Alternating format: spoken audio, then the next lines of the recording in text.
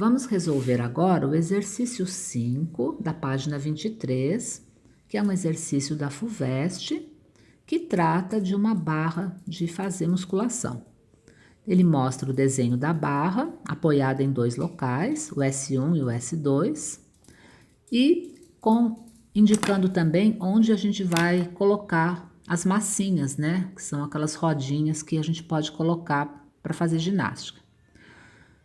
No próprio desenho que ele oferece, ele já informa para a gente essas distâncias todas. Ele diz que ela tem 2 metros de comprimento e ele já vai indicando, né, cada apoio onde está e essas distâncias todas aqui. Aí ele também diz que a barra tem 10 kg de massa, peso, portanto, de 100 newtons. E qual é a questão que a gente vai precisar responder aqui?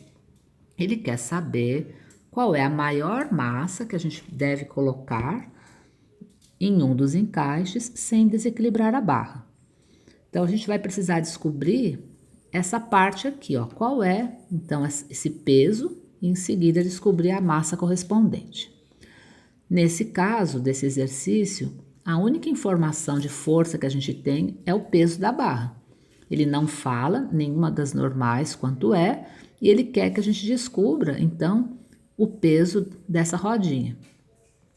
E aí fica um exercício difícil, porque com uma única informação de força e apenas essas distâncias, a gente fica sem saber como fazer, né? E a grande sacada que a pessoa precisaria ter para poder finalmente descobrir o jeito de resolver era pensar o seguinte: se ele está pedindo a maior massa que vai permitir que a barra não desequilibre, então olha só, a maior massa vai ser aquela que já vai estar quase desequilibrando aqui, que já vai estar quase fazendo virar, né, a nossa barra aqui. Se essa maior massa ela já provoca, né, quase o giro em torno aqui desse ponto 2, né, fazer a nossa barra girar assim, a gente pode considerar que nessa situação de maior massa possível, aqui o S1 quase já não vai estar exercendo força normal. Então, na iminência de girar, né, ela quase já não está mais apoiada no suporte 1, e aí a gente pode considerar que a normal é 0. É isso que vai possibilitar a gente resolver o exercício.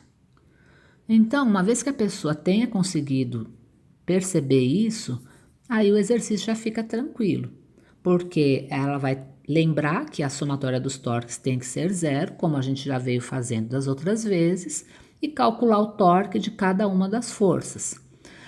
Só que precisa escolher qual é o ponto de referência.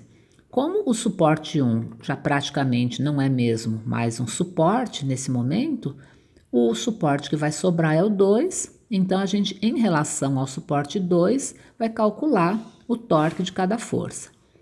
No caso do peso, o peso está a meio metro do suporte 2, a gente substituindo ali vai dar 50 newtons vezes metro, e é positivo, porque olha só, o peso está tentando fazer a barra girar, né? Ele faz aquela força para baixo. E isso faria com que a barra aqui desse um giro aqui assim, ó, né? E fazendo desse jeito seria um giro anti-horário que a gente combinou já que anti-horário seria positivo. A força normal 2 está exatamente em cima do suporte 2, a distância, portanto, é 0, então ela não vai fazer torque. Já o peso da massa, que é o que a gente tem que descobrir, faz torque e, no caso, vai justamente tender a fazer a barra girar aqui assim, o que daria um torque no sentido horário.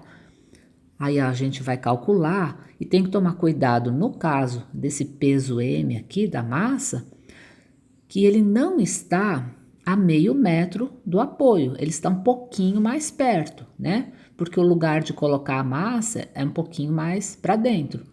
Então a gente vai observar na figura e ver lá que essa distância, na verdade, é de 0,4 metros. Colocando aqui, olha, se esse pedaço daqui para cá é 0,1, o que sobra até o apoio é 0,5 metros.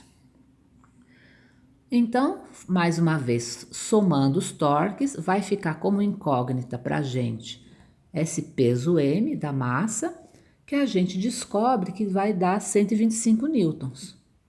125 newtons corresponde a uma massa de 12,5 quilogramas. Que a pergunta dele era qual era a maior massa que a gente poderia colocar para que ela não desequilibrasse. Então, essa massa é de 12,5 quilogramas, que não é uma das alternativas. Olhando as alternativas, a gente tem 5, 10, 15, 20 e 25. A mais próxima de 12,5 é 10 quilogramas. Então, portanto, a gente precisa escolher a letra B de bola, que é o que tem o 10 quilogramas.